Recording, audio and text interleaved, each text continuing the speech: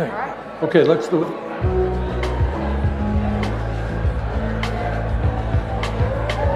Hello, everybody.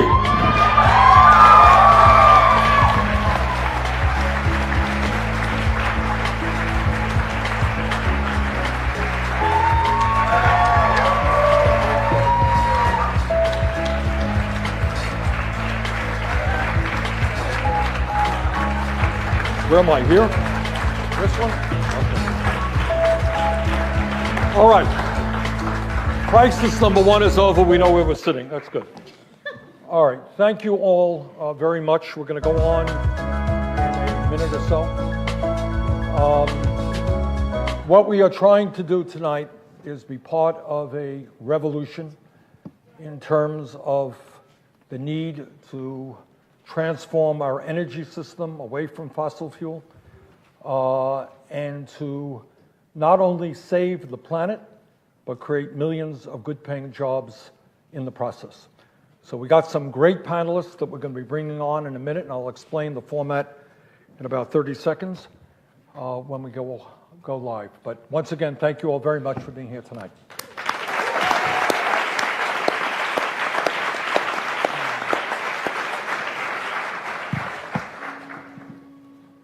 A dire warning this morning from climate experts. A UN panel says governments around the world must take rapid action to curb rising temperatures, or else millions around the world face future disaster. A record-breaking heat wave, and things just keep getting worse. لأن الأمطار تسببت في 3 وفيات. Wildfires rage as far north as the Arctic Circle. A suffocating severe heat wave. Things like tornadoes, which you normally don't get. At least 24 deaths have been blamed on the storm. Record rainfall is devastating entire communities. My neighbor called me up and he was like, the fire's at the edge of our community, and he said, I'm going to go out there right now with some shovels and a hose to try and put fires out because the fire department was just spread too thin. I know from the facts as a senior climate scientist that climate change is real and it's affecting us now. The good news is that all over the world, people are beginning to figure that out and beginning to step up. There are alternatives to using intensive carbon-based fuels. We should be moving in that direction. Never before has there been such a unifying issue as climate change.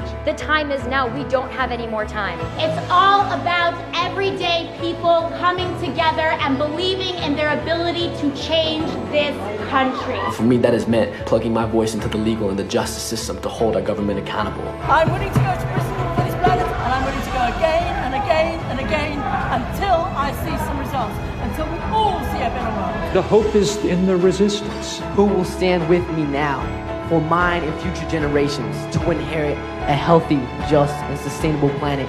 Who will stand with me now?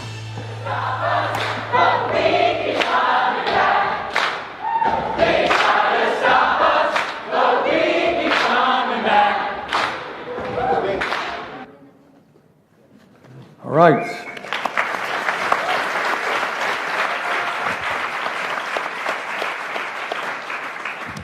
I am Senator Bernie Sanders of Vermont, and I want to welcome all of you to the 4th national town meeting that my office has sponsored. Our first one dealt with the need to make sure that health care is a right in this country, not a privilege, through a Medicare for All system. Our second town meeting dealt with the grotesque levels of income and wealth inequality. Third town meeting dealt with foreign affairs and the Iran nuclear treaty.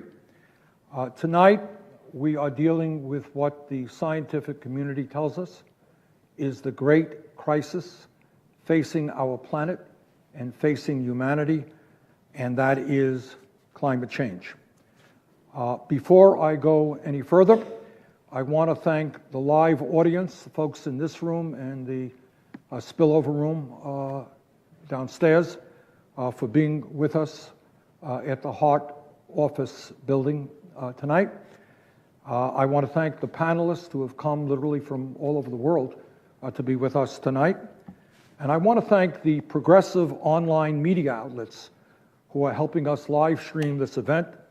And they are the Young Turks, Now This, ACT TV, Attention, The Years Project, The Intercept, The Nation, and The Guardian. And interestingly enough, I want to thank to mainstream media outlets, CBS and CNN, for live streaming this as well.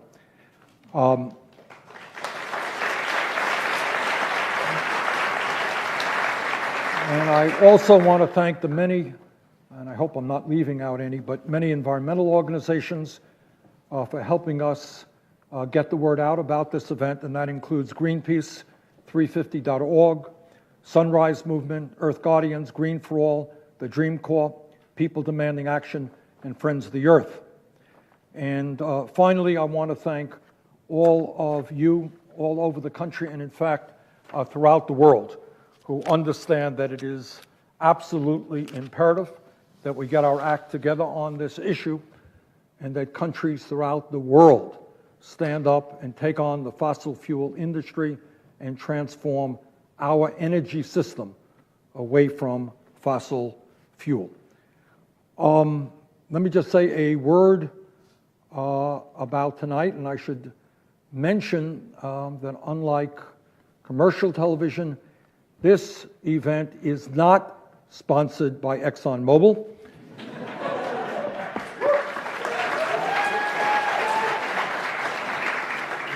Nor is it sponsored or paid for by the Koch brothers, who have made most of their fortune in the fossil fuel industry. Let me briefly explain the format for tonight. We're going to have 5 separate segments, each led by an expert in the particular aspect of climate change that we will be discussing.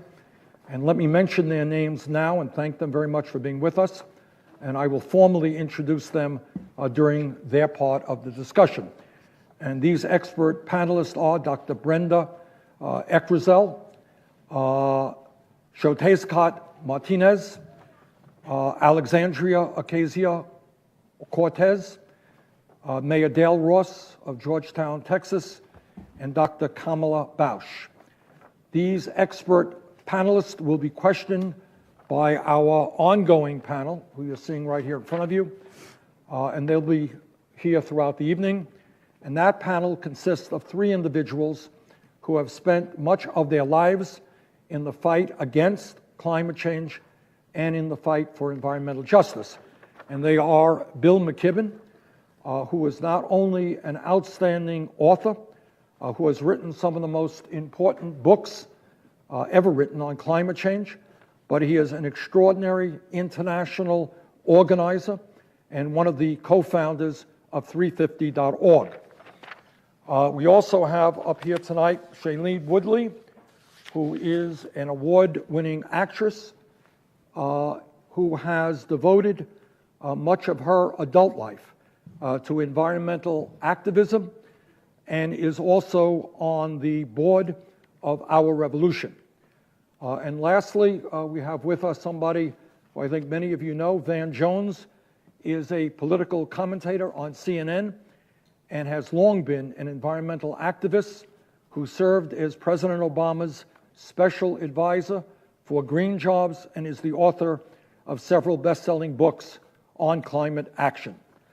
So let's get the evening going, and it is my pleasure to introduce Dr. Brenda Eckersell, who is the Director of Climate Science at the Union of Concerned Scientists, which is one of the most important and effective environmental organizations in the world.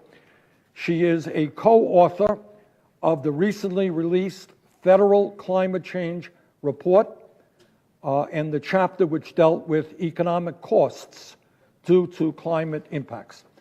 Dr. Eckersell, thank you so much for being with us. Let me begin by asking you this question.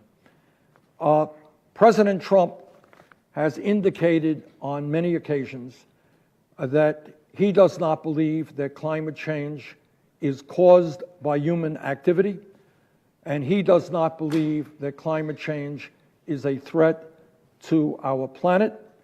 And on more than one occasion, he has described climate change as a hoax. Now remember, you're in the United States Capitol now. Here is the tough question. Are you ready? Is President Donald Trump right?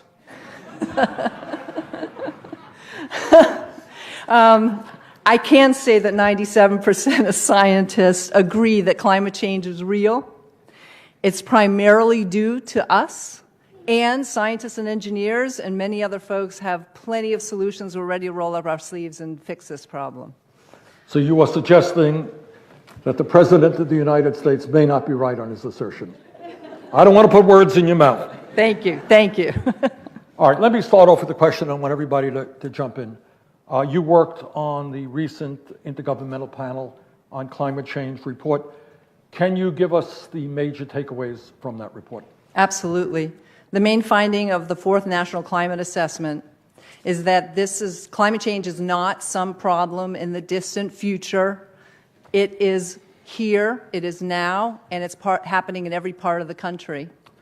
The other aspect of the report is that we already know that we have had wildfires, drought, and hurricanes in 2017 and 2018 that exceeded the cost of $1 billion per event, per disaster.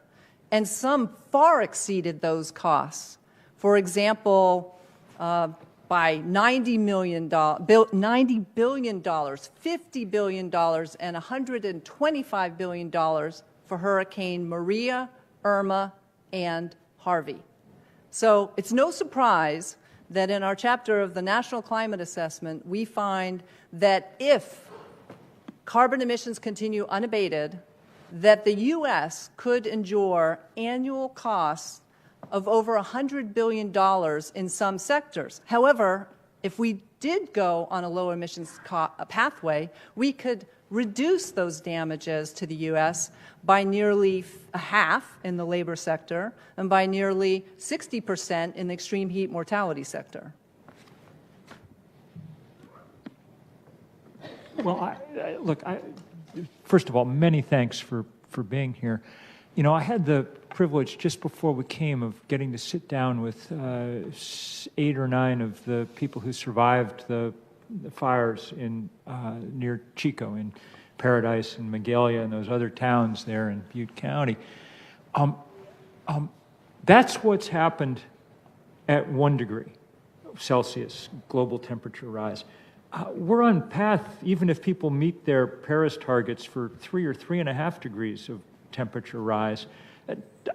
Talk a little bit about I think sometimes people may not quite understand just how far into this saga we already are and how immediate the need for action is. This isn't something we can postpone a few more legislative sessions or presidential terms or something. No, in fact, the Intergovernmental Panel on Climate Change special report on 1.5 degrees Celsius rise above pre-industrial is in direct result of the Paris Climate Agreement, because they said to the scientific community, what does that mean? What would it take for us to do that? As you say, the U.S., the world, we already have experienced 1 degree Celsius, and we see in the headlines a lot of the climate-influenced extreme events. Now, if we continue on the current path, we would hurdle past 1.5 degrees Celsius rise above pre-industrial by the middle of this century, and we would get to 22 degrees Celsius by 2065 or 2060 around. In order to bend that global emissions curve, it's transformative change, and we really only have a critical decade to a dozen years to change things and invest in the infrastructure that you'll hear about later and the new policies and options that are out there to really reduce global emissions. Can you come up with something to suck the carbon out of the air? You bring up a good point. One of the most famous is a tree.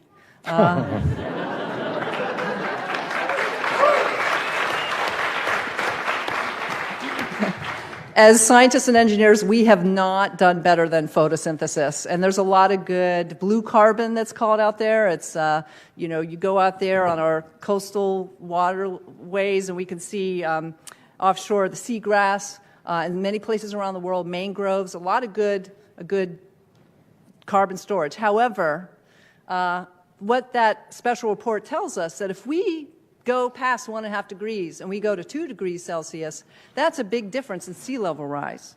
And that could overwhelm some of these natural nature-based solutions. The seas would rise too fast for us to store that blue carbon.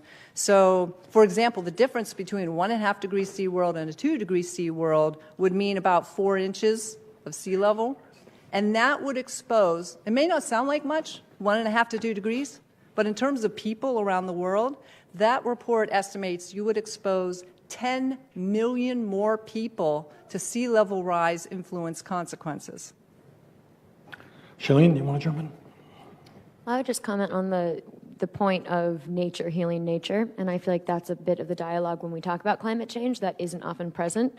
And when you say, you know, what can we do right now to work with nature and conserve nature that will prevent us from getting to that 1.5 degrees? Is that a part of the dialogue at all from your standpoint? Absolutely. Nature-based solutions not only help store carbon, but often they help protect people and make them safer.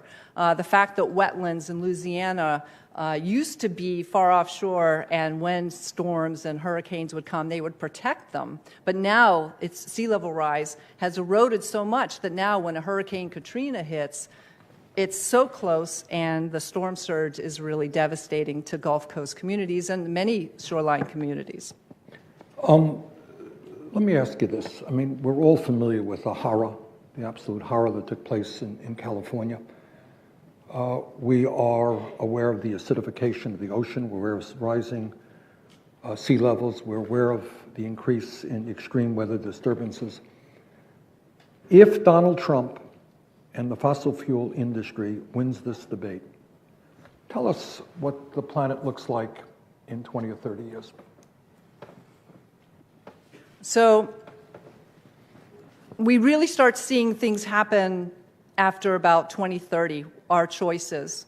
But what we do today is already potentially unleashing some very dire consequences in Antarctica. So it may not happen right away, but if we go past certain thresholds, we may be unleashing a destabilization of the West Antarctic ice sheet, which could cause massive sea level rise. So we really want to hold that. And what does the implications, I mean, you know, we all know, what does that massive sea level rise mean to coastal communities all over the world?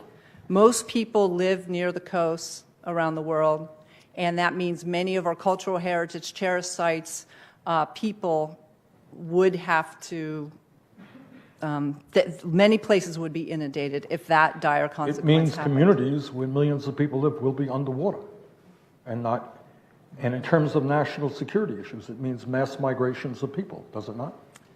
Lots of folks are looking at temporary migrations from extreme events. You think of a campfire, you think of a hurricane, you have a diaspora in country moving to other states, for example, in the United States, and between country migrations. And they may be temporary, they may be long term. These people are on the move, creatures are on the move, adapting to climate change. But it doesn't have to be that bad. If we really roll out solutions now, we get smart about adaptation, and we make sure it's equitable. Bill? Well, in some ways, I mean, this is as much a question for the rest of the panel or for you, Bernie. I mean, because I think you just got at something very important. The studies in the last couple of years have indicated that we can expect on current trajectories that we'll see 150, 200, 300 million climate migrants as the century goes on. Look at what's happened, you know, what the sort of spasm that it sent the politics of the Western world into to have 1 million people leave Syria and head out. I mean, how? We've got to be thinking about all kinds, not just, we have to be thinking about all kinds of things in big new ways now. Right. Okay, Van. I do this for a living. I swear. I know they're right in the microphone. Everything you just said kind of bums me out. And what gives you personally hope? I mean, I'm bummed out. I've just been here for like 6 minutes, and you had to do the whole report. What kept you going, and what gives you hope? A lot of gives me hope is many people are out there figuring out solutions in many different sectors. We need all of us. We need And what we also highlight in the report is that there's been a lot of initiative in the United States. For over 455 cities have been making solutions to reduce and slow the pace of sea level rise. States, every single state in the United States has some sort of climate or energy related policy. Most of them are transportation. You could go through the list of 30 different policies we highlight in the report. That gives us a lot of hope. And also, I know that scientists and engineers already have rolled out many solutions. We're just lacking the political will to really deploy them. And what scientists are working on are much smarter, cheaper, distributed energy for the whole world, because we need global emissions reductions, and we need everyone around the world to have access to new energy, as well as in equitable ways.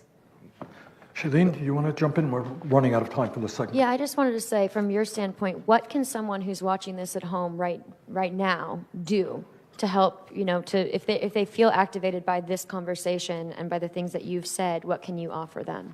Sure. First thing is start looking at your own life and looking at what you can do in small ways, and share those stories with your friends. Secondly, absolutely ask your political leaders, business leaders, what are you doing to help make our community more safe from the climate impacts that are affecting us and my neighbors? What are you doing to help reduce emissions globally? You're going to hear from some great folks in the upcoming panels about what they are doing, and share the stories. Every day I try to reduce my emissions and figure out new ways, and stay abreast, keep abreast of the science, and share the success stories, because it's actually a more fun and interesting world. A lot of public health benefits from a lot of the renewable energy solutions, more forests, more carbon reservoirs. It's going to be hard, but we're ready, and we have to get to work now. Let me thank Dr. Eckroesel for being here and point out that it was not only the Intergovernmental Panel on Climate Change that issued a report. Recently, we had a report, was it 13 agencies of the federal government. And all of these reports make a very simple and profound point, and that is the time is late. And as a planet, that means countries all over the world, not just the United States, not just Russia or China. Countries all over the world are going to have to stand up, take on the fossil fuel industry, if we are going to leave our kids and our grandchildren a planet that is habitable.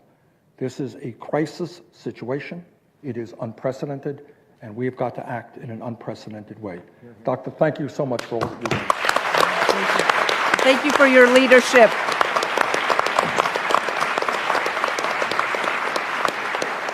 Anwar in Alaska, one of the great sites of energy in the world. This past December, Trump's administration opened our sacred lands to oil and gas development. 95% of the Arctic has already been open to oil. This is the last remaining 5%, and this is the heart of the Gwich'in people. Right now, we are on a sinking ship in Alaska. We have 33 coastal communities dealing with erosion. There's no ice to protect the land. When the water comes in, it would protect the land, but that's not there anymore, so it's eating at Alaska, and there's 33 coastal communities that are dealing with this.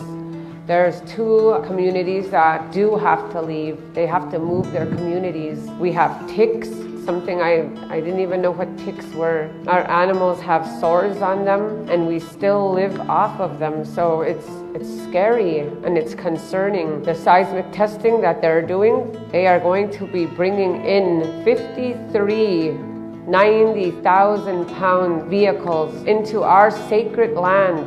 These are where our animals live. They're not concerned about the impacts that it's going to have on our animals or the Gwich'in way of life, and the indigenous people's rights are being violated. We're not asking for anything. We're not asking for jobs. We're not asking for schools. We're simply asking to continue to live off of the animals that provided for us for thousands of years. I want my children to have a healthy ecosystem. People don't understand that this is a crisis.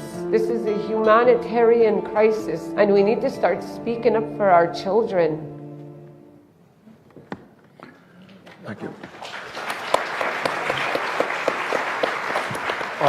Of all of the generations out there who are helping us to lead the fight against climate change, it is clear that it is the young people who are in the forefront. And we are delighted to welcome Xiuhtezcatl Martinez, who currently serves as the youth director of Earth Guardians, a conservation organization dedicated to empowering young people. He is a grassroots activist who is rallying the American people to take a stand against the fossil fuel industry. Let me begin with a question, and that is, over the last 10 or so years, the fossil fuel industry has spent $1.7 billion, that's with a B, $billion on campaign contributions and lobbying expenditures. And I can tell you from firsthand knowledge, have been running all over this country, that in state after state where there are environmental initiatives on the ballot, the fossil fuel industry has been spending huge amounts of money trying to defeat those initiatives. Further, the vast majority of members of Congress, in fact, take contributions from the fossil fuel industry. And one of the leading families in this country, one of the wealthiest families in this country, are the Koch brothers, who spend many hundreds of millions of dollars trying to elect right-wing candidates, anti-climate change candidates, have made their fortune primarily through the fossil fuel industry. So my question to you is a pretty simple one. Given the enormous power of the oil, gas, and coal industry, how can the American people stand up to these powerful special interests and do what has to be done for our planet? Grateful to be here. Thank you for having me. Appreciate everybody on the panel. As you made it very clear that the fossil fuel industry is not only contaminating our water, polluting our air, making our community sick, but it is polluting our politics. And it has been for a very long time. And when I was a little kid, growing up, I continued to see that growing up in Colorado, where we experienced a lot of impacts from natural gas extraction, where members of our community are getting sick, where it's contaminating our water, where friends and family members of mine are now being put in greater and greater peril due to the expanding of this industry. This issue is less and less about, red or blue, because we see in our state where progressive Democrat politicians are claiming to be representatives of our future, of our people, claiming to care about climate change, claiming to care about clean jobs, when they're taking massive campaign contributions from the natural gas and the oil corporations. For me, it's been very clear that this isn't about, the left or right wing. This is about politicians to stand up and represent the best interests of our community, of our people, and those that are going to be backed by the fossil fuel corporations. And I think one thing that we've seen is that historically it has been politically risky to stand up to the fossil fuel powers as politicians. And I think that my generation is very different. That young people in the world today have a different understanding and perspective on the world, because yes, we are the future, and yes, we are at most at stake because of what is yet to come, but we are also here now. And I think that gives us the perspective of pushing the agenda so that it is politically risky to not stand up to the fossil fuel powers. Well, that's exactly what I wanted to start off with. What are you seeing? You get around the country. What kind of activities are you seeing your generation getting involved in that older generations are not? Definitely. I think one thing that I've seen very clearly is that our generation is more connected than any generation in the past has ever been. And that's for various reasons, right? Social media and information and technology that connects us as a global community, but also because of things like pipelines that are connecting communities in the tar sands in Alberta to communities in rural Nebraska. And you see that throughout the fight to end the Keystone XL pipeline. The Cowboy and Indian Alliance was an example of people from very, very different perspectives, different communities, different ways of life, different belief systems were connected by a threat to their way of life, to a threat to their water. So continuing to look at issues like Standing Rock, when you see the connectivity and the people that it inspired and brought together from walks of life all over the place. Like this is something that is unifying us as a national community, as a global community, that people are beginning to recognize that this is bigger than any one of us, because this is bigger than politics. This is bigger than the environment. This is bigger than just rising sea levels. This is about our way of life. You know, as you saw in the video that was just played, as you hear in the news frequently, like this is about people. This is about humans. This is about the fact that our generation, my little brother, my little sister, their future is threatened by a crisis that politicians have spent too much time, you know, separating it and making it a partisan issue, and really tainting, I think, what needs to be a unifying space. And I think climate change has the opportunity to bring people together from a space of hope, in a space of opportunity, in a space of solutions. That is, I think, what is going to connect and unite all people, because when we look at these fights, it's not just to protect clean water and to end these pipelines, but we see communities all over the place that need clean jobs, that need jobs that can really support an economy that is going to be thriving, you know, and that's, I think, the place where we can come together on this issue is building economic prosperity, is building a healthy, safe, sustainable planet for the next generation. Bill, did you want to jump in? Well, Van, did you want to? I was going to say something similar to what you just said, Bernie, but I do feel that, you know, past paradigms surrounding climate change, there's a lot of fear involved, and people tend to retreat when they hear about it, or I'll just go live over here by myself and protect my family or make sure my community is safe. But we don't really have the luxury to do that anymore. It really is a community. You have to be involved with your community. So is there anything that you've noticed with our generation and the generations that are to come, and the people who are still here? That sounds so funny. Sorry, I didn't mean it like that. Every generation on the planet. You know, how people are working together in a new way because of this new sense of connectivity? I think the narrative and the story that inspires people the most is when we communicate well that this has to come from a place of love. And I think that is something that people all across the board can connect and can relate to, because for me, when I think about why I've spent the last 12 years of my life, you know, I'm 18 and I started getting up onto a stage when I was 6 years old to talk about these issues. And, you know, when I think about the sacrifice and the time and the energy, it's not about a crisis or about an issue or a problem. It's about, you know, the moments and the magic and the places I've been and the culture and the music and the food and like everything beautiful about human existence, right? Those beautiful things, the memories, like the small things, right? And that is what we are fighting to defend. That is what is worth fighting to defend. That is worth setting aside what we disagree about, setting aside what separates us and what divides us, setting aside these different things in our system and our society that separate people. And that place of love and that place of understanding that this is the most important issue of our time, because it connects every other issue.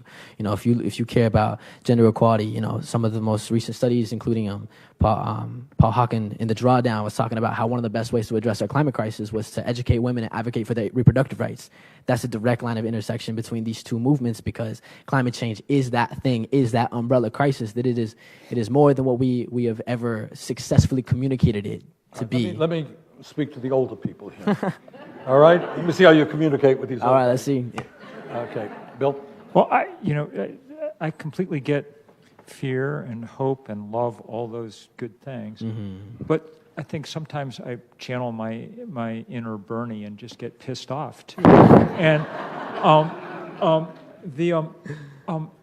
to go back to the question, I mean, you just lived through this thing in Colorado where the oil industry literally outspent community activists 40-1 in a successful effort to beat a bill, not that would have banned fracking, would merely have banned it in people's front yards and schoolyards and things.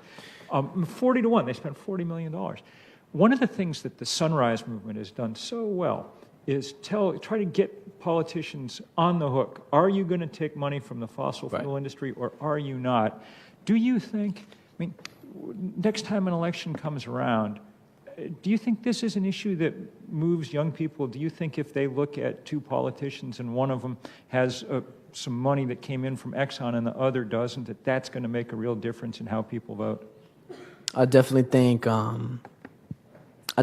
that what we can see is that exciting and inspiring and speaking to the younger generation is going to be something that politicians are going to need to learn how to do better and better every election cycle. And I think that young people feel disenfranchised and disconnected from politics often because they feel like their voices aren't represented and aren't heard by politicians. And I think that, you know, different people that are represented in politics, like Alexandria who's about to come up and just tear up the mic. I'm excited to be witness to it.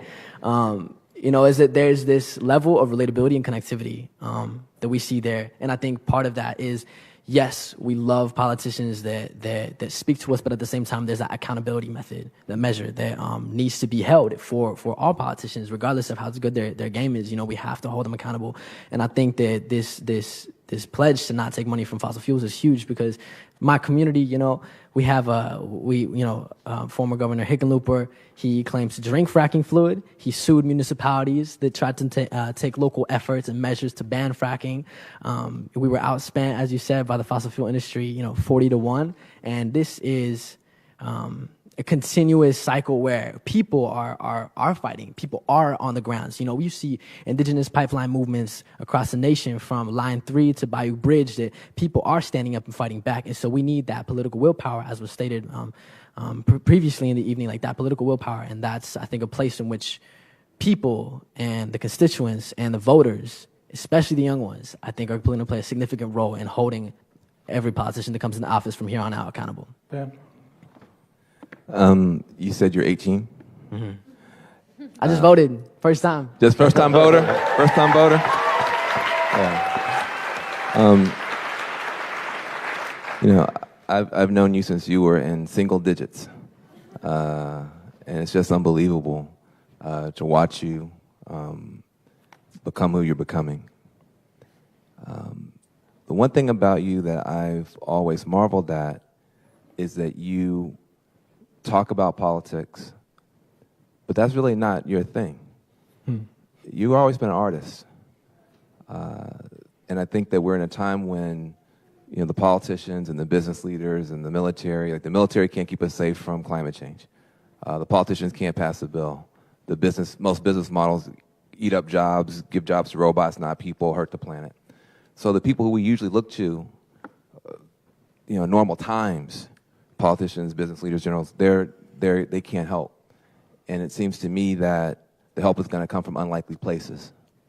Artists, mystics, strange people like these people. But you're an artist, man. And I just wonder, before you go, if you would just bless us with some bars.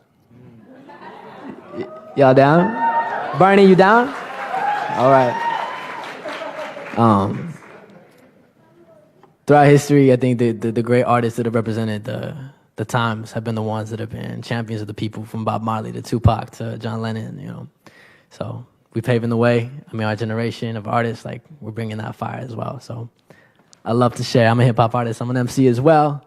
And I'll share a little something. We taking back the power. We bring it to the people. We stand for justice, fight for freedom till we treat it equal. This is our time. We build a legacy and leave it. And y'all can't say my name, but you know it's me when you see it. I am indigenous, product of genocide.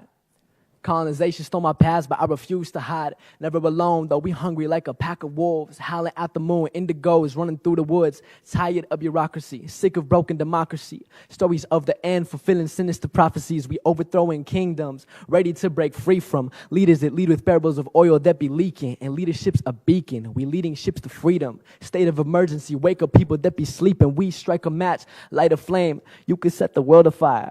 I can see it in your eyes, born to be a freedom fighter, born to be bigger than the cities that you coming from, born to be stronger than the shadows that we running from, overcome, overstand, stand up, hands up, don't shoot, parachute, crash land, close up, indigo warriors, visionary artists.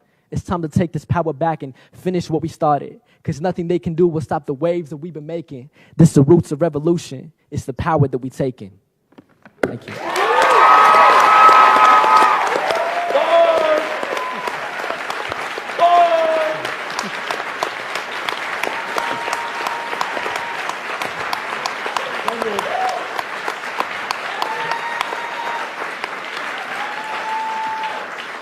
I think I can say, without fear of being wrong here, that this was a unique presentation in the halls of the United States Senate. All right. Thank you so much for being with us.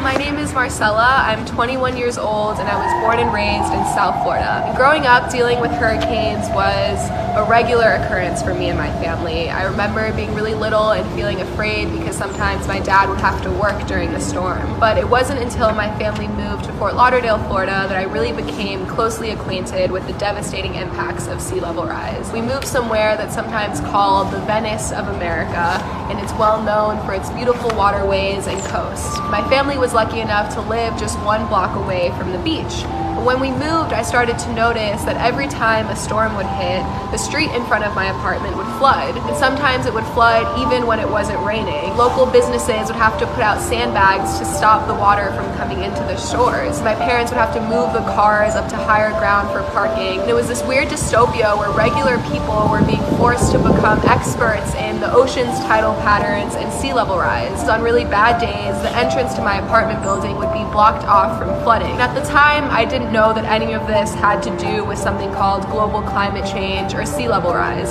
I just knew that this was an everyday part of my family's life. Then I went to college and I learned that my personal experiences with flooding and with hurricanes were just warning signs of more drastic changes to come for Florida and for the rest of the world. Scientists predict that by the end of the century, South Florida and Fort Lauderdale could see up to 6 to 7 feet of flooding. And that would put 1 out of every 8 homes in Florida underwater. I love way more than 8 people in South Florida, and no one should have to live in fear of losing their families or their homes to rising seas. And that's why I'm fighting to stop climate change and create millions of good-paying jobs in the process.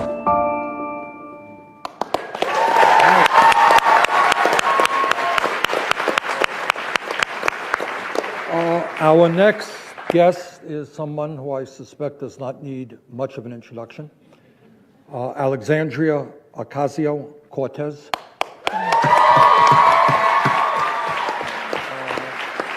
Is the Congresswoman-elect from New York's 14th Congressional District. She is a bold progressive fighting for a Green New Deal and for other legislation, not only in terms of the environment, but in all areas. They're going to protect ordinary people against the greed of big money. So Alexandria, we're delighted that you're joining us this evening. Let me start off with a pretty simple question. We have heard over and over again from the Trump administration and from fossil fuel economists that if we transform our energy system away from fossil fuel and we become more energy efficient and we move to wind and solar and other sustainable energy, what they are telling us is going to be a disaster for the economy. Is President Trump right? That's a hard one. I want you to think about it before you respond. Or is there, in fact, ideas out there that would enable us to create millions of good-paying jobs as we move away from fossil fuels? It's unsurprising that the response to any bold proposal that we have is to incite fear. To incite fear of loss, to incite fear of others, to incite fear of our future. But the only way we are going to get out of this situation is by choosing to be courageous. That's the only way we're going to get out of this. And first of all, it's just plain wrong. The idea that we're going to somehow lose economic activity, as a matter of fact, it's not just possible that we will create jobs and economic activity by transitioning to renewable energy, but it's inevitable that we are going to create jobs. It's inevitable that we're going to create industry, and it's inevitable that we can use the transition to 100% renewable energy as the vehicle to truly deliver and establish economic, social, and racial justice in the United States of America. That is our proposal, and that is what we are here to do, because in the depths of darkness, in the depths of despair, which what we last saw, when we think about where we were when the New Deal was established, we were a nation in depression, in Great Depression. We were a nation on the brink of war. We saw the rise of fascism creeping across in Europe. And no one would thought that a nation so poor, so scarce, and so in such dire straits as we were in that time could pursue such a bold economic agenda. But we chose to do it anyway. We had the courage to do it anyway. And that is what this moment demands of us right now. That's what we have to do. This is going to be the great society, the moonshot, the civil rights movement of our generation. That is the scale. That is the scale of the ambition that this movement is going to require.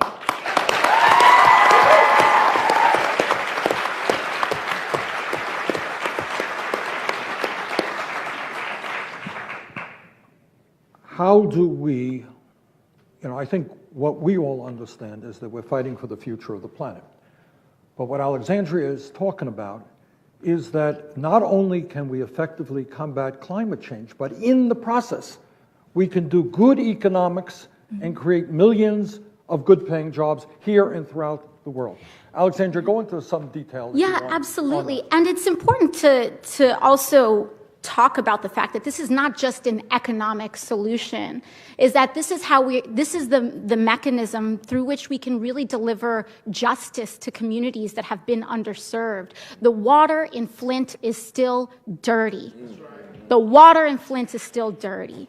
We've got children, Van and I were talking earlier, we've got children that are choking on the smoke in California. Those same children, and rather children mirrored of those children in Puerto Rico are choking on the fungal spores because we have not recuperated from the crisis, and the mold from the floods is taking up all of these people's homes. We have injustices in this country. Those injustices are concentrated in frontline communities, in indigenous, Black, and brown communities. They are the ones that experience the greatest depths of this injustice. But if we chose, and if we had the moral, political, and economic courage to say, we're going to fix all the pipes in Flint, we would put a lot of people to work at that at the same time. And that is what this is about.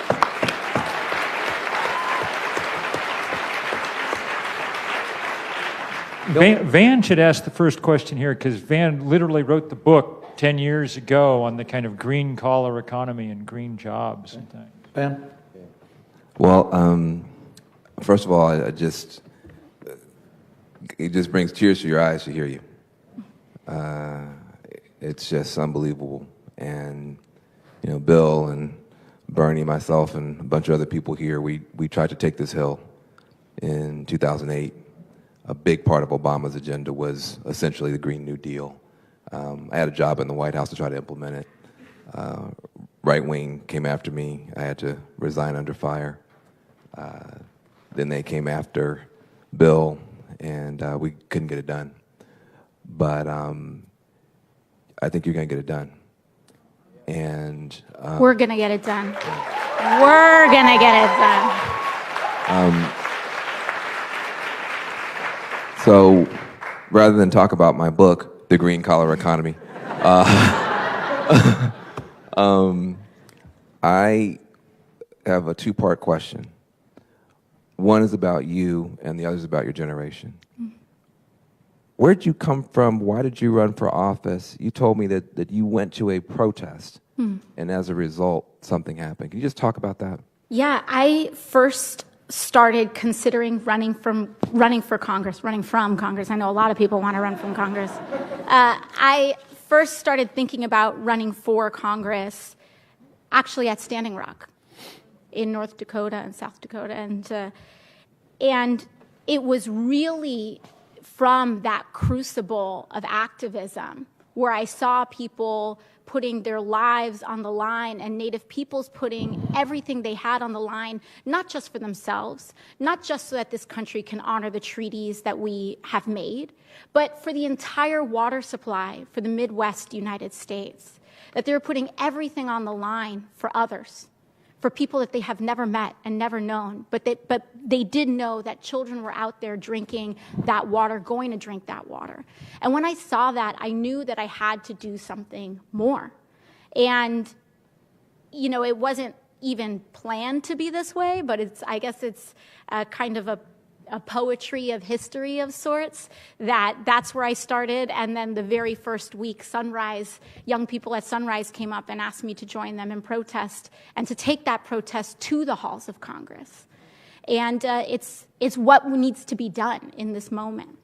Well, the fact that you start as a protester and then you run for office against all odds, you win, and then join the rest of young people, you're still protesting even while you're in power. I think that idea of being both a movement leader and a politician, which I think Bernie Sanders is probably the best example of, is something I think is important. The other thing I think about your politics that's interesting is your generation uses the term intersectionality, which I've had to look up, but it's, I think, we used to call it the Rainbow Coalition back in the 80s and 90s, but you guys have taken it to a different level. Can you just talk about, we had a slogan 10 years ago, green jobs, not jails. That we saw criminal justice and economic justice and environmental justice as one fight. That those kids standing on street corners, we don't have disposable resources, we don't have disposable species, we don't have disposable children or neighborhoods either. It's all precious. And that those kids could be putting up those solar panels, like Bernie was saying, and making a positive difference. Can you just speak to the intersectional power of your Green New Deal? Yeah, it's really the core of that is leave no person behind. We cannot have a solution, we cannot move forward into our future unless every single American is considered part of that. And whenever we see oversights, oftentimes when we get to the negotiating table in laws, in policy making, there's this idea that, oh, we can leave the poorest of the poor behind, or we don't have to worry about this tiny sliver of the population because they're just a tiny sliver of the population. And what that eventually does is that it creates a crack. And that crack really, if you think of there being like a crack in the dam, it's usually where things always break down. And when we create policy the right way, with integrity, that honors everybody from the most vulnerable to the most powerful, when we acknowledge and see every person in this country, which is really what it's about, is that we have chosen not to see people in this country. We have chosen not to see people in this country until the majority of us have become unseen economically.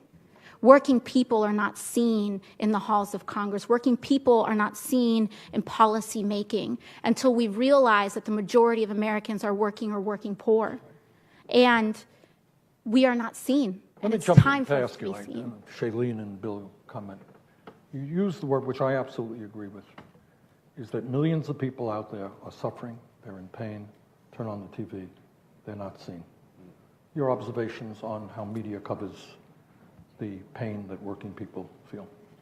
I mean, I think it's through that negligence in how we cover working people. We think of, you look at this idea. I mean, I think it's funny, and I think it's been this kind of interesting puzzle in how media, and especially right-wing media, but all media sometimes even treats me, because in our journey, I am a working person that won a seat against all odds. We were outspent $4 million, and I had $300,000 in the bank, all in small dollar contributions, and we won anyway.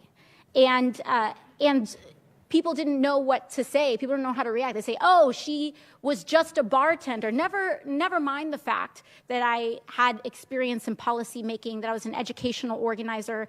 It's the idea that the amount of money you make for a living actually equals your worth in society. But can we interrupt this program Sorry. to make an announcement about your shoes? Yes. I think we need at least a half-hour discussion about your shoes. Just kidding. And the same day as this, but it's a funny note. But the exact same day as the Trump administration's climate report, which they tried to bury, which they tried to air a month early, the day after Thanksgiving, that same day, they spent in prime time talking about my shoes. And that is what I talk about when I say being unseen, is that they won't even bring it up.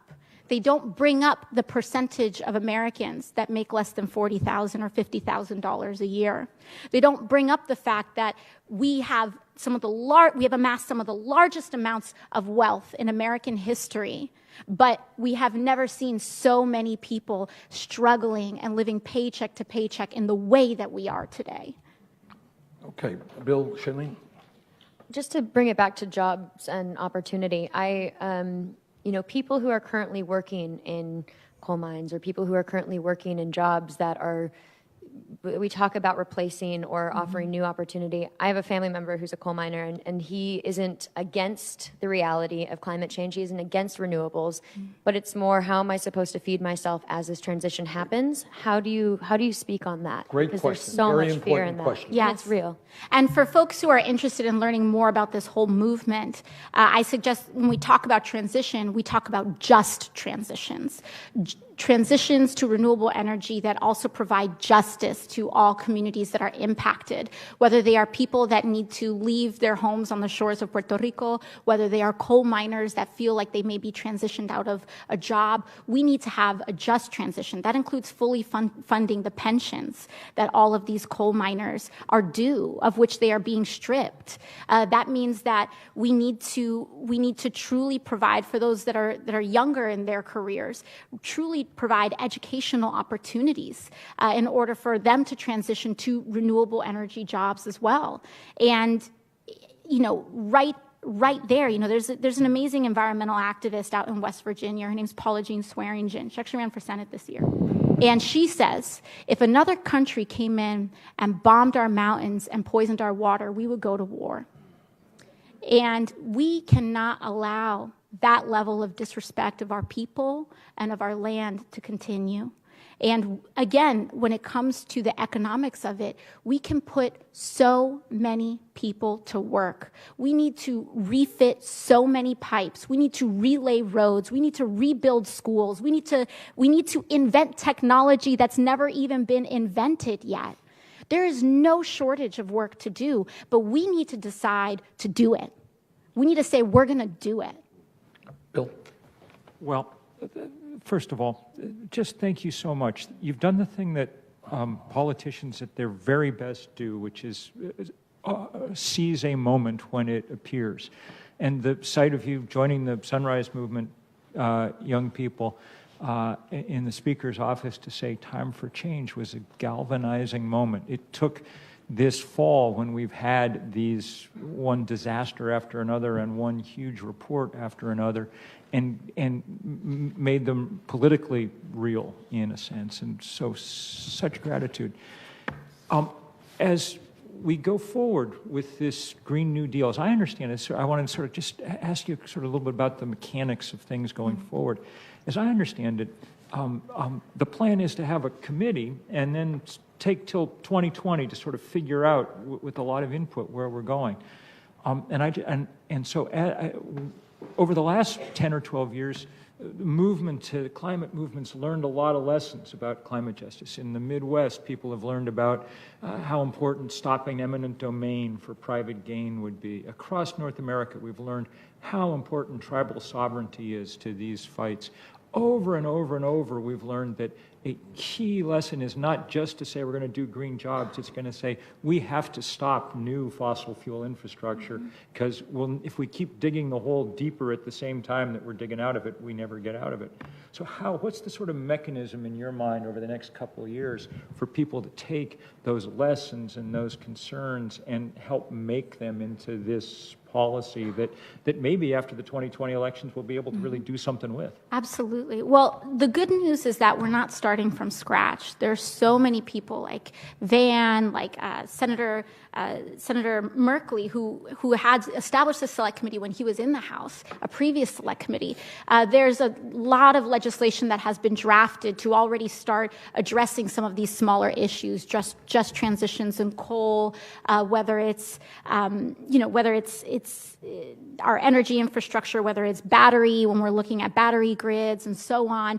There's a lot of work that has already been done, but it needs to be consolidated and brought under the tent of a Green New Deal. And when we try to solve this issue piecemeal, we are not going to get it solved in time. That's why we are asking for this really great, ambitious, singular plan. And that is why I believe that the progressive movement is the only movement that has answers right now. We're the only ones that are drawing from the lessons of history, from Franklin Delano Roosevelt, from some of the most ambitious projects that we have pursued in in American history. And that truly, again, is the scale that it's going to take. So, I think that there's so much work that has been done, and there's some outlying questions, especially when it comes to investment in technologies. When we as a public choose to invest in private, when we as a public choose to invest in new technologies, we deserve a return on that investment.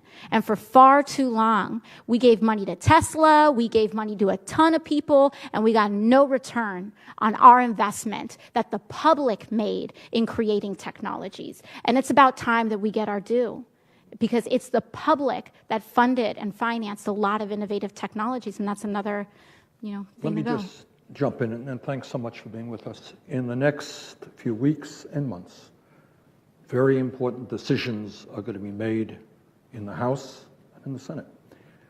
The truth of the matter is that the American people, in my view, understand the moral imperative of combating climate change for our kids and grandchildren, and they increasingly understand that we can create millions of jobs as we do that. So I would hope that everybody who has heard Alexandria tonight, she can't do it alone, the other good people in the House can't do it alone. We need millions of people to stand up and tell the Congress, hey, stop worrying about the fossil fuel industry. Start worrying about our kids and our grandchildren. Alexandria, thanks so much. The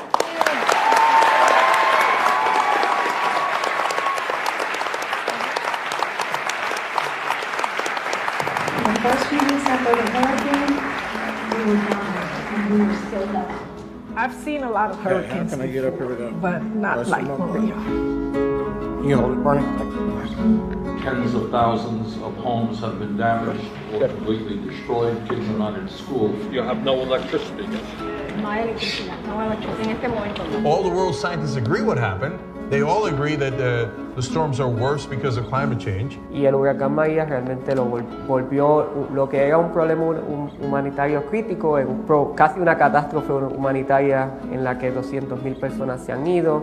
The people, they feel forgotten, and neither the government and it's a sense of they don't care about us. Yeah, I think Puerto Rico, I think we did a fantastic job in Puerto Rico. What is there to be proud of? 2,975 dead? Especially with climate change, we have to be honest and understand that the world today is not where it was 50 years ago or 30 years ago. We're going to push for a switch to clean energy sources, and we have plenty of sun. Does it make any sense to simply rebuild the system the way it was? And it's necessary for the island to take advantage of two of its great natural resources. That is the sun. This is Isla del Sol. Take advantage of that. And take advantage of wind and sustainable energy.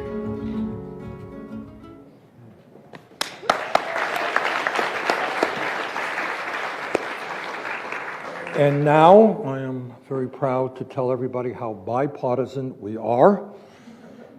Our next guest is a card-carrying member of the Republican Party.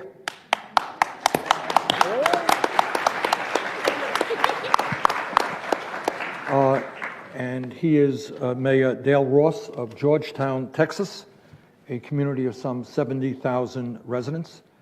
And Mayor Ross has rightfully achieved a great deal of national attention because he successfully, in his municipally owned utility, electric utility, transitioned his city to 100% renewable energy sources.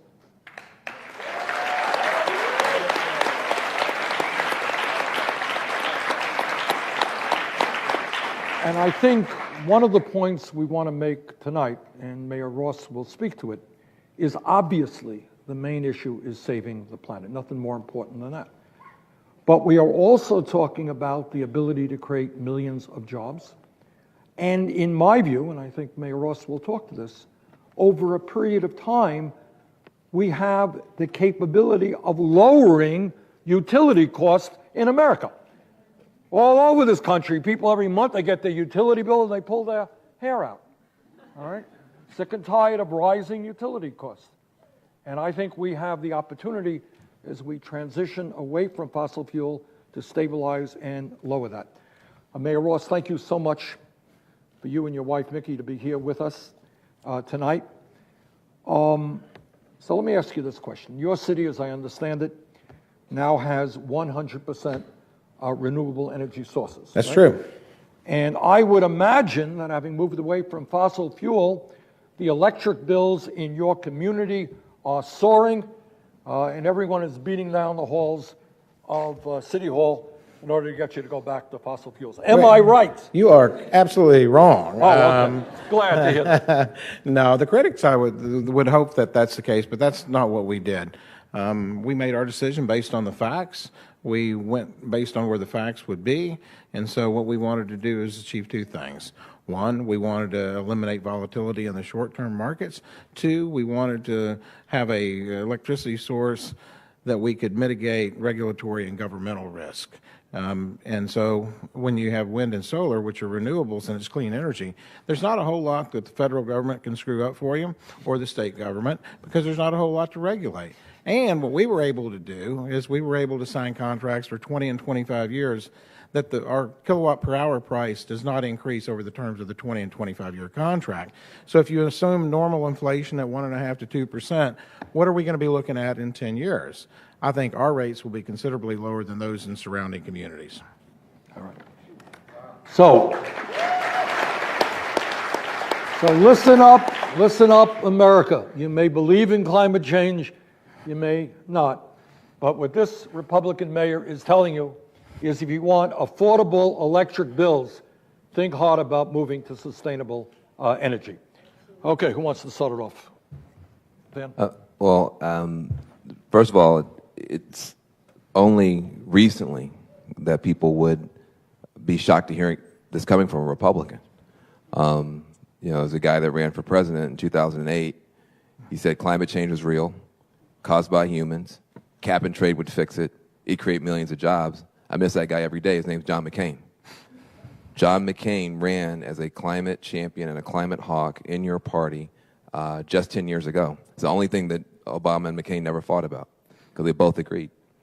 I wonder, for you now, looking at the party, what are the best arguments that you are finding to bring your Republican sisters and brothers around? Because I'm tired of us just having a food fight about it. We're on Titanic going down, and we're just having a food fight.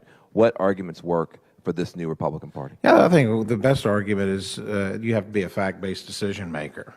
And so I trust the scientists in their field that can land a Mars rover 300 million miles from here versus somebody that really doesn't have any education or expertise in climate change. Now,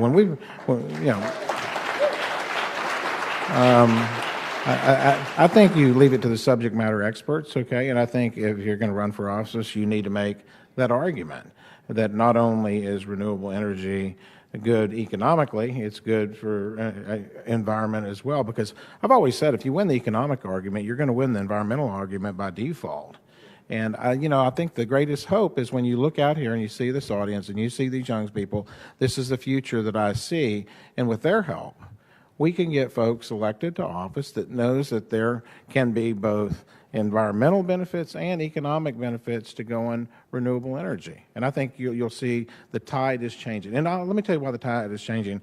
We are at a tipping point right now where it's all about cost. And coal cannot compete with wind and solar on cost. And no matter who says we're going to bring coal jobs back, if you hear that, that's absolutely not true because they're not going to be able to compete in the market, and it's an open market. And so what we're looking at is we're looking at the tremendous job creation in wind and solar and renewables because you got three kinds of renewables. You got wind, solar, and hydro. Hydro's out in Washington State, Oregon State, okay? And so if you look at Texas, we're number 1 in wind and we're number 5 in solar, and we'll probably be number 1 in solar in a couple of years as well. Our solar farm, it's pretty cool. It's a 2-mile array, and it tracks the sun in the morning. So as the sun rotates, the array so that you can maximize the energy you're producing. Now, let me tell you what. Takes 3 people to run those 1.7 million solar panels on 1,250 acres. But up in Amarillo, where our wind farm is, there's 97 turbines.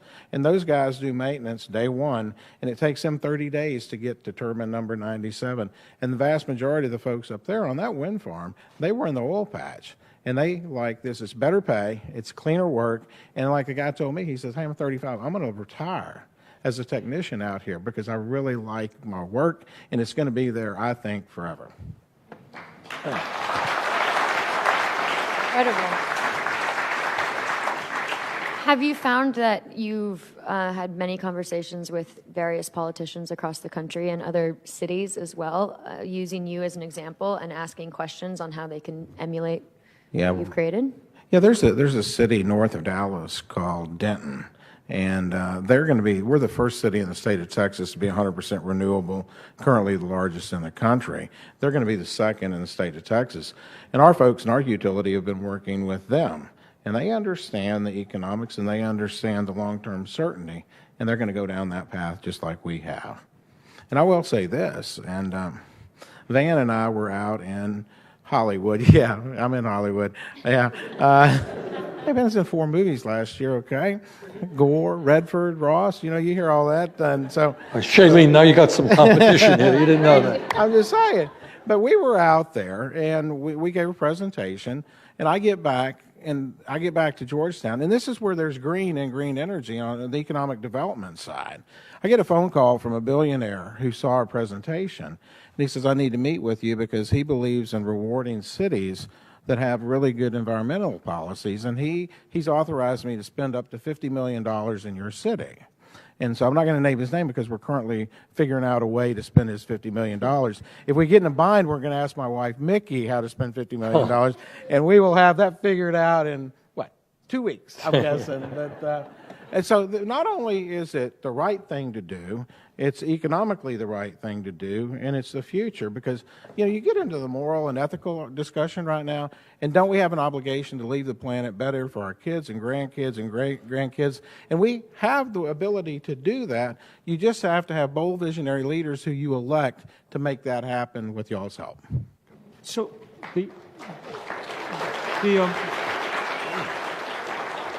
one of the themes of this night has been this kind of generational transformation. And one of the things that mayors have to think about is, what their city will be like 10, 20, 30, 40 years down the road. Do you find that the fact that you've turned this into a clean city is an attraction for people, young people moving to your area, bringing new businesses, that kind of thing? I don't know if exclusively that's it, but it's part of it, and it certainly helps. But most of the folks, they're looking for, good schools, safe city, and we offer that. I mean, we've been in the last 4 years, we're second, first, fourth, and now 6th fastest growing city in the United States for cities between 50 and 100,000. And this is just one element. Now, the younger folks think it's pretty cool because we are innovative and progressive, although it is in Texas, and the state and the county and my city, they're a little red, Mr. Sanders. Just a little red. We're working on that. I know, I understand. But see, this just proves Republicans can do environmentally friendly things as well as Democrats, okay? But I think the whole key to our city is because we don't really base our decisions based on partisan politics. We base them based on the facts and what's good for the citizens we were elected to serve. Let me ask you this, picking up on a point that Bill made. If I'm a business person looking for a place to relocate, and I talk to the mayor, then you tell me my electric bills are not going to go up for the next 20 years. It sounds to me like that's a pretty good inducement for me to come to your community. Yeah? Absolutely, especially if you happen to be if you are a data center, because typically the way the incentives work in cities is you can abate sales tax or real estate taxes. We have the third component, which is we can negotiate a downward price if you add a data center and you're going to be using an enormous amount of electricity, because this is a huge benefit to owning your own utility company. I mean, what we do is we transfer $4 to $5 million, sort of like a de facto excise tax. Over the last 10 years, we've transferred over $45 million from the enterprise fund to the general fund. The general fund pays for police, fire, libraries, roads, parks, rec, that kind of stuff. Let me Let me ask you this political question, if you like. How do the people in the community feel about the fact that you're 100% sustainable and you're going to be flatlining your electric rates for the next 20 years? Yeah, initially it was a little bit of a challenge because we had to do a lot of explaining. I gave a lot of speeches. Our public relations department was out in the community, and on our website. Initially, there was a little resistance, but it's too good to be true, right? So it was too good to be true, though there are those doubting Thomases out there. And I just said, well, let's just take a look at it for a year, and you tell me if your utility bill goes up or not. And then let's take a look at it in the second year and tell me if and so through education and through giving a bunch of speeches, not only me but other folks in this city, people have supported it. And now that we've got not only national attention but international attention all across the globe, people take a sense of pride in it. You know, we still have that little segment that's not really happy about it because, you know, this is some kind of partisan, liberal, democratic, left-wing conspiracy policy of some sort. I don't know what the conspiracy is, but we're doing it for the wrong reasons, okay? But you didn't tell the people what city was the first in America. Oh, you know what? You forgot to tell them. Oh, let me tell you what. There is this senator, okay, whose last name happens to be Sanders. He's in my speeches because I always play trivia with the audience. Okay, who was the first city in the United States to be 100% renewable? And then I'll say, well, they were from Burlington, Vermont. And then I'm going, okay, who was the mayor at that time? And I'm coming in. He's currently a senator. Oh, Senator Sanders. But that was tremendous because, you know, the fact of the matter is this. Really, the cities and the counties are the ones that are tasked with providing electricity and utilities to their citizens. At the state level and federal level, not so much. Okay? Now, the federal level can help, and I'll tell you what's coming up in Congress in 2020. The renewable energy credits expire in 2020. But you notice the fossil fuel credits do not expire in 2020. You notice that the fossil fuel is a mature industry that doesn't need a boost up. The renewable energy is still a little bit on the young side. If any industry needs, and I'll make this deal, okay, do away with the renewable credits, but do away from the fossil fuels. Let's have a level playing field and see who wins.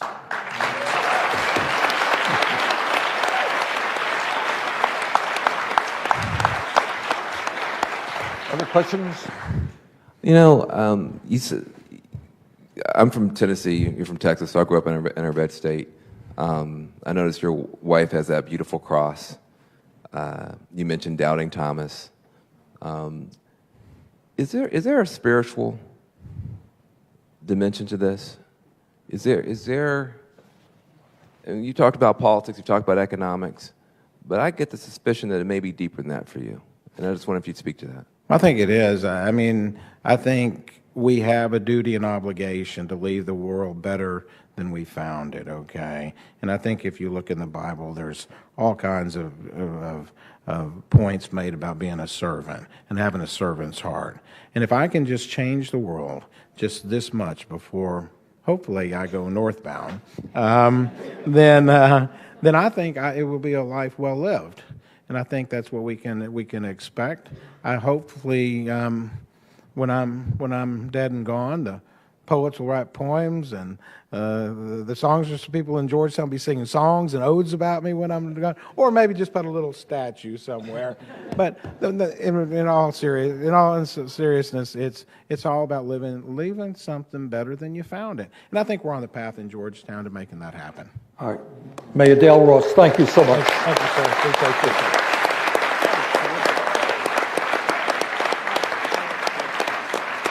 The globe faces an unprecedented crisis. The United Nations Intergovernmental Panel on Climate Change has informed us that we have 12 short years to bring this entire planet together to make a massive transformation of our energy system and global economy, and only 30 years to completely eliminate carbon pollution emissions. Critics will say that this is unrealistic, but it's actually already happening all over the world. While no country on Earth is where we need to be, there are countries who are moving in the right direction to take immediate and aggressive action to combat climate climate change. China certainly has significant political and environmental problems, but it has already installed a little bit more than double the total amount of solar as the United States, and recently became the biggest solar country in the world. China raised its 2020 solar target to 5 times the total amount of electricity that the United States produces from all sources. China has achieved this explosive growth by employing the largest renewable energy workforce in the world, 4.2 million people, which is nearly 40% of the total number of renewable workers in the world. And it's not just China. The European Union released a plan to eliminate carbon emissions by 2050. One of the European Union's member states, Sweden, has released a plan to stop using fossil fuels altogether by 2030 and eradicate all carbon pollution emissions by 2050. France is investing over $9 billion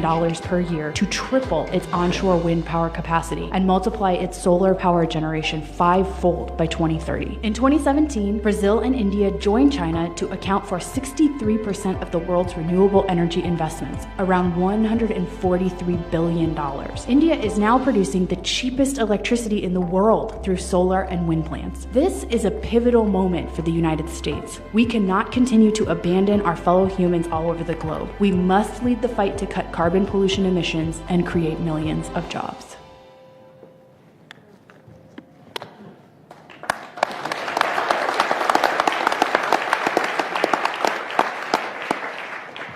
It goes without saying that the climate crisis is not an American issue, it's not a Chinese issue, it's not a Russian issue.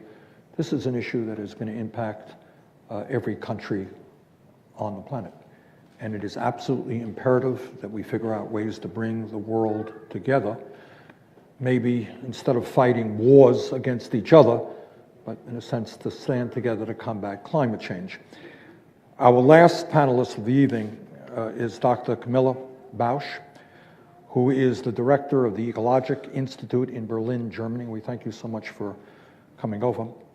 She has been a long-standing part of the German delegation to the UN climate negotiations, and she has been monitoring some of the innovative breakthroughs in sustainable energy that have been taking place all over the globe.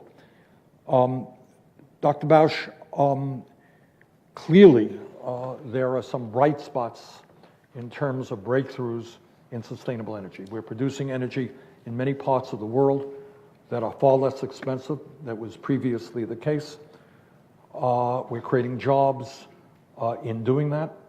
Can you talk a little bit about some of the breakthroughs that we are seeing and some of the really innovative things that countries around the world are doing? Thank you very much. It's an honor to be here. It's a pleasure to be here and join this wonderful panel. And of course, I had to come over from Germany, meaning I flew. And flying to an event which is on a climate crisis, I had to neutralize my emissions. And I dedicate my neutralization, which will be an investment in an incredibly efficient stove for a family in Nigeria, to Senator Sanders. So, having said this, I think when we think about innovation, when we think about the forward-looking approaches, we have to think different areas. We have to think bold policy, innovative policies. We have to think about innovative business practices. We have to think about innovative citizen action, and we have to think innovative forward-looking research. So let me give you a few examples from some areas, and then we can discuss some more. So one innovative, bold policy, which was innovated some time ago, but I think it was really a game changer, was the German feed-in tariff. The German feed-in tariff was very interesting because it allowed citizens, it allowed farmers to get involved in an area where the old utilities didn't want to invest. Renewables, coming to a situation that we actually pushed from 6% of renewables to almost 40% today, driven by the population. It's great for the acceptance.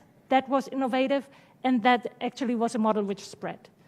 Second, if we think innovative business model, there is this company. It started with a young entrepreneur in his mid-20s, having the vision of bringing clean energy to rural Africa, Eastern Africa, where he wanted to provide that to fight energy poverty, to fight poverty and create business opportunities.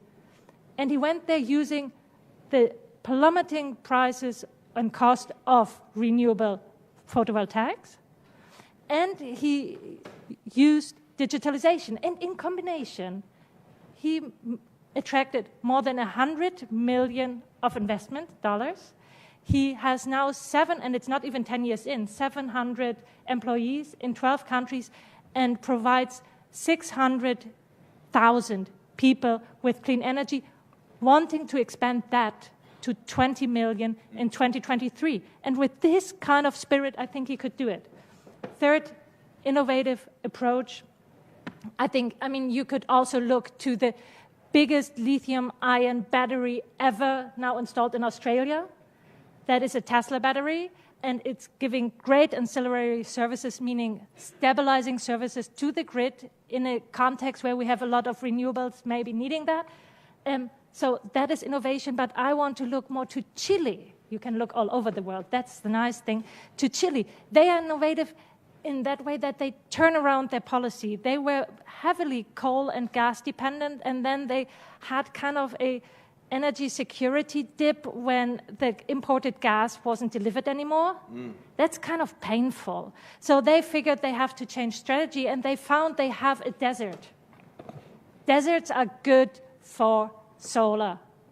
And the nice thing is you don't have a not in my backyard phenomenon there, a NIMBY phenomenon, because there is basically nobody. You can really spread out your solar. So that's what they now do. They really want to go strong in renewables. They have by now 40% renewables. They want to go 60% by 2035. And they're just discussing this year a coal phase out. So I think that is an innovative policy approach for Chile.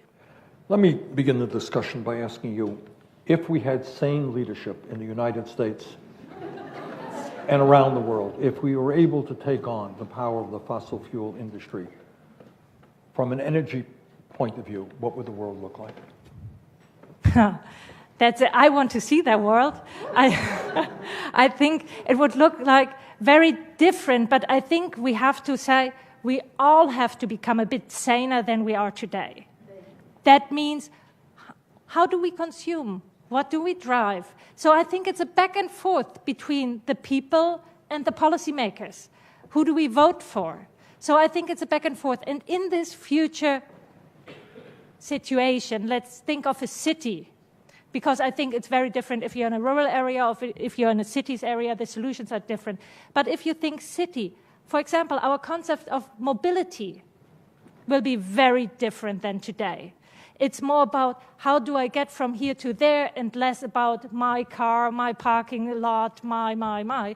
So you go into a sharing economy and they will be driven hopefully by electric mobility, and the electricity obviously comes from renewable sources. We will have improved storage capacities, for example, in batteries, as we just talked about, and things like that. So it will look very different from today, and we will think much more about our choices. And by the way, that does not only affect things which are relevant for the energy system, but also plastic, or it will just be a different society and better for the little ones we love. Okay. Bill? Well, first of all, thank you so much, in part for reminding us that they don't call it global warming for nothing. This is the first truly global problem we've faced. We've talked a lot tonight about the United States because we're in the U.S. Senate and because this is, where we have some purchase here. But it was reminding me as you were talking of just amazing scenes that I've witnessed in parts of rural Africa where people had never had any energy before, and the first energy they ever got came from solar panels. We take, for us, if you get a solar panel on the roof, it's nice, but you've had electricity your whole life. I remember sitting around a group of elders, and they kept handing me cold bottles of water to drink, and I was grateful because it was hot as heck in Ivory Coast, but it took me a little while to figure out why they were so proud to be doing this. Until the week before, there'd never been anything cold in this place before. It's a miracle that you can point a sheet of glass at the sun and out the back comes light and cold and information. I mean, that's Hogwarts scale magic, you know.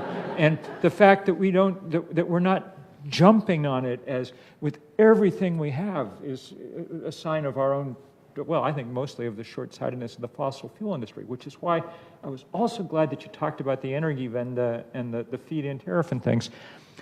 Talk a little bit about how the profits from renewable energy in Germany or elsewhere often flow to the consumer, to the citizens groups, associations, churches, things like that sponsor and own some of these installations, because I think that's an important part of making them acceptable.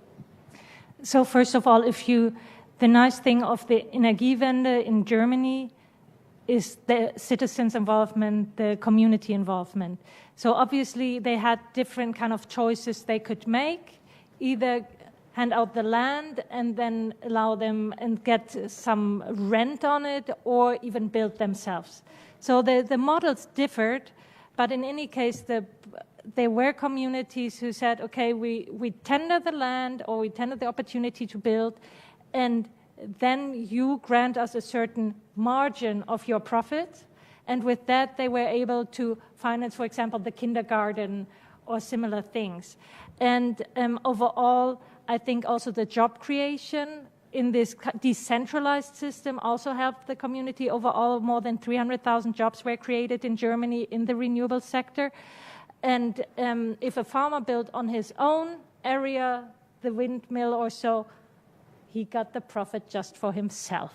So that was good for him. And overall, I think it was more than 1 million private citizens and small entrepreneurs being involved, and it's more than half of the new renewables were actually owned by citizens, farmers, the communities. Shailene?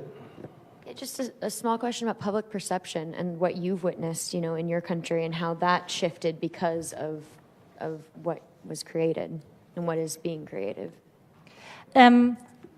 People for the longest time were in love with solar PV. They just loved solar PV, maybe because we are not so sunny. It's kind of the idea of the sun or something, I don't know. They loved solar PV. And that helped actually supporting a scheme which cost them money, because at the initial phase, we had support solar energy with public within the public scheme. The nice thing is that our trigger to wind and solar helped reduce the cost to where we are today. So I think that's our big contribution from Germany to climate protection. And now there is obviously also a debate how to go further. Still, I think the ownership, the public ownership helps, but it doesn't help with everything because not everybody owns. And then you have to change infrastructures. And then there are the grids to be built.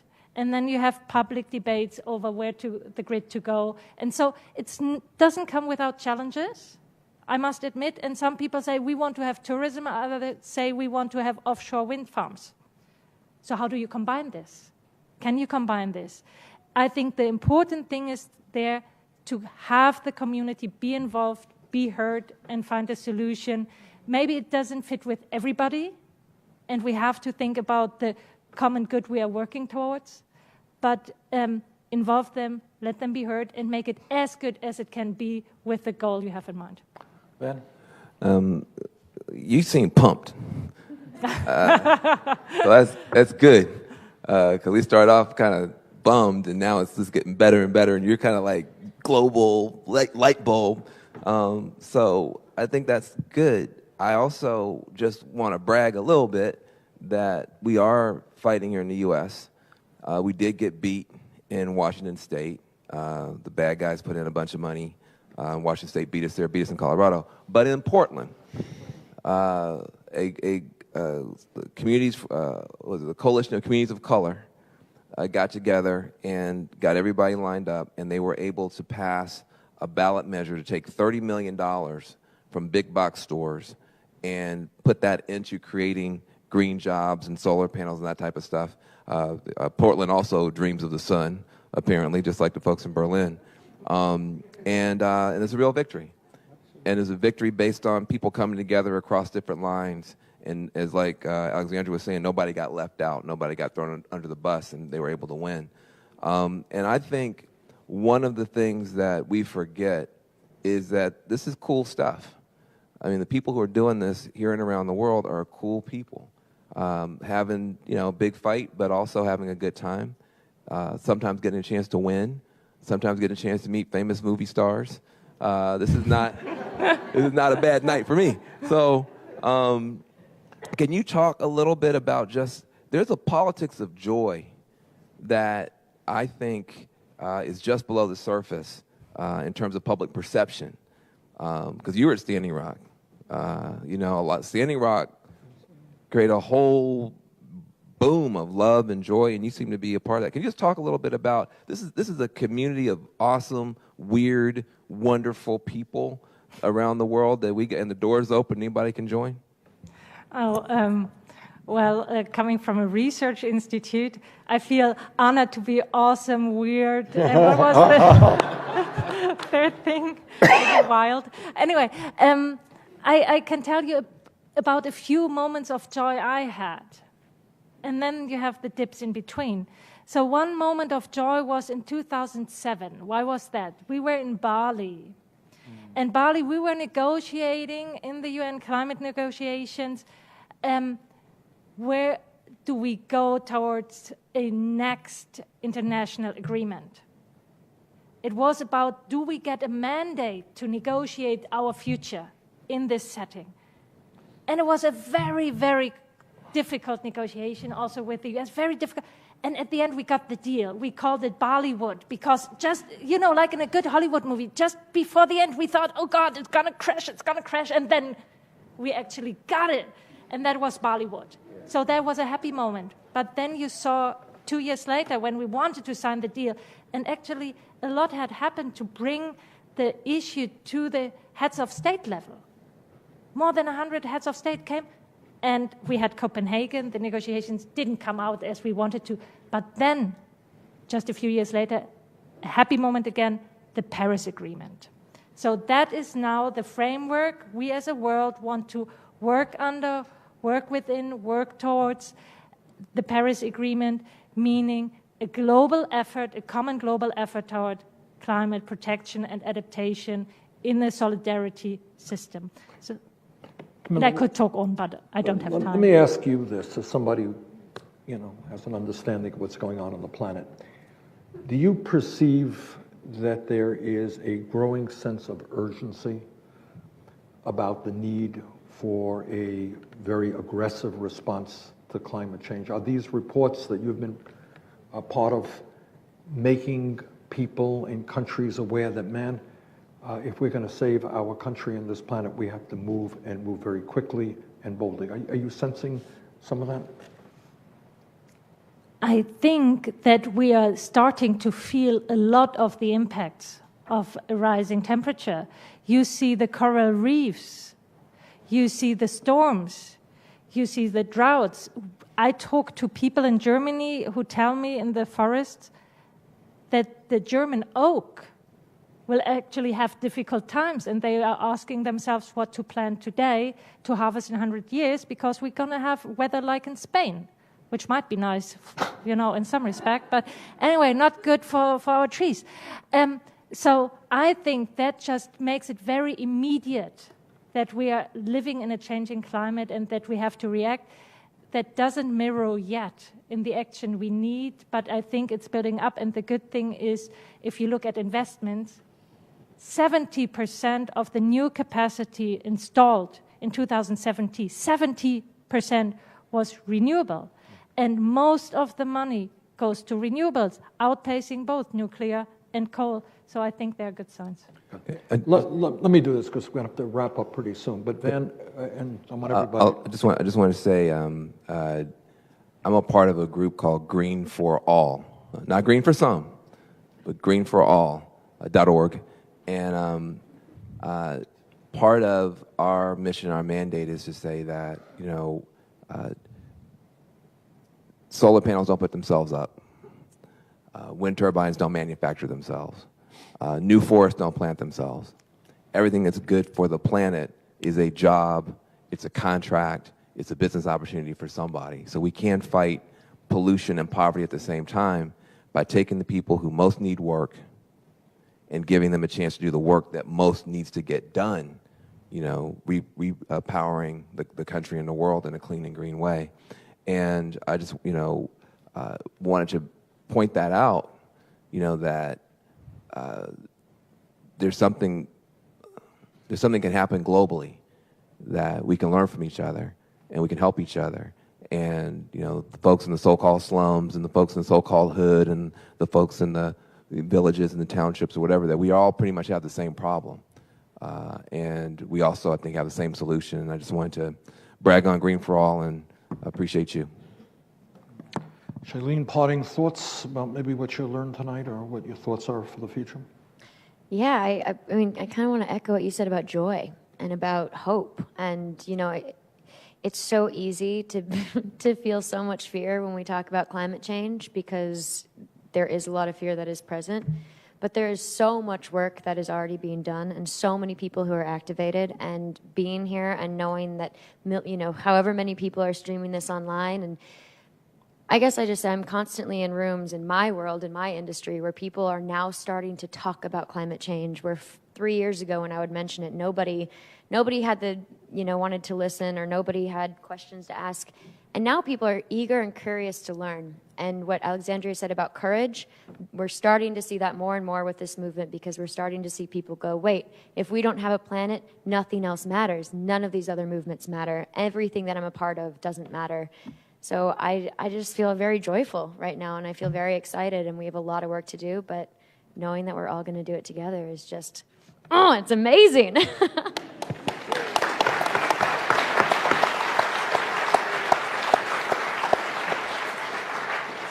Bill?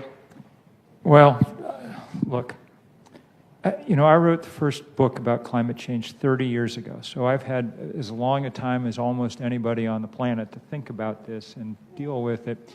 We could have seized this moment 30 years ago. In this Congress, Jim Hansen, our greatest climate scientist, came and said, here's what's going to happen, let's get to work. We didn't seize the moment because the fossil fuel industry got in the way. 20 years ago, we were at Kyoto, the world coming together for the first time. We could have done it, but no, Exxon et al. Made sure that nothing happened.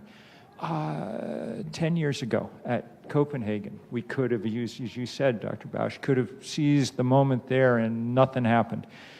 In the last 10 years, there's been the beginnings of a real movement building. And Bernie, you've been a big part of that. I mean, when we started the fight against the Keystone Pipeline, there was literally no other politician in Washington who had the slightest interest in talking to us about this because it was not popular. True story. When people went to Standing Rock, when people built the divestment movement that now has passed $7 trillion, when now we see the Sunrise Movement and people, we better damn well seize this moment, because the physics and chemistry of climate change mean we do not get an endless series of moments to seize. If we don't seize this one, when we come back in 10 years, we're going to be doing the eulogy, not the, not the pep rally. So this is got to be the moment, and we're just so thankful for the energy here. I mean,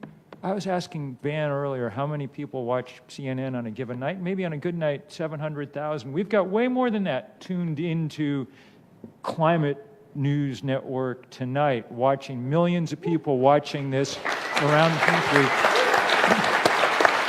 In the end, what changes things is movements. That's what shifts the zeitgeist and lets us do the work that needs doing.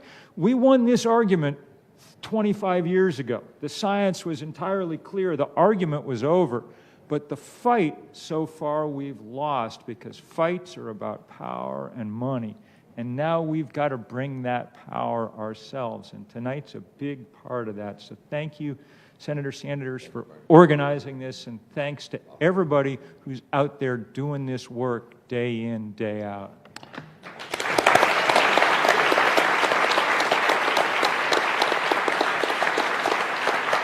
Well, let me thank Dr. Bausch for being with us, thank all of you for being here, and the many people who are watching online.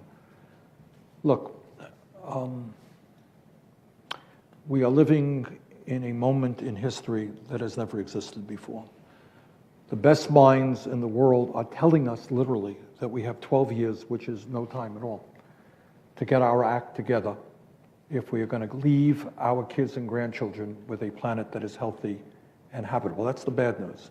But the good news, and I think Van raised that issue and Bill picked up on it, and Shailene as well, is that I want you to think for a moment, I don't want to be too utopian here, but think for a moment that instead of spending well over $1 trillion on weapons of destruction to figure out how we kill each other, think about making that investment in transforming our energy system. Think about how we can bring the entire world together in common cause.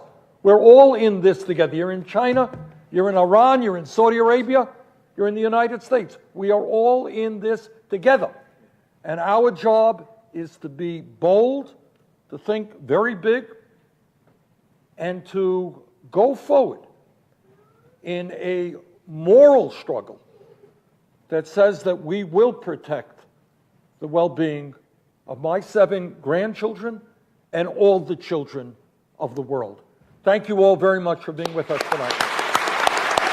Thank you, Bernie. Thank you very much.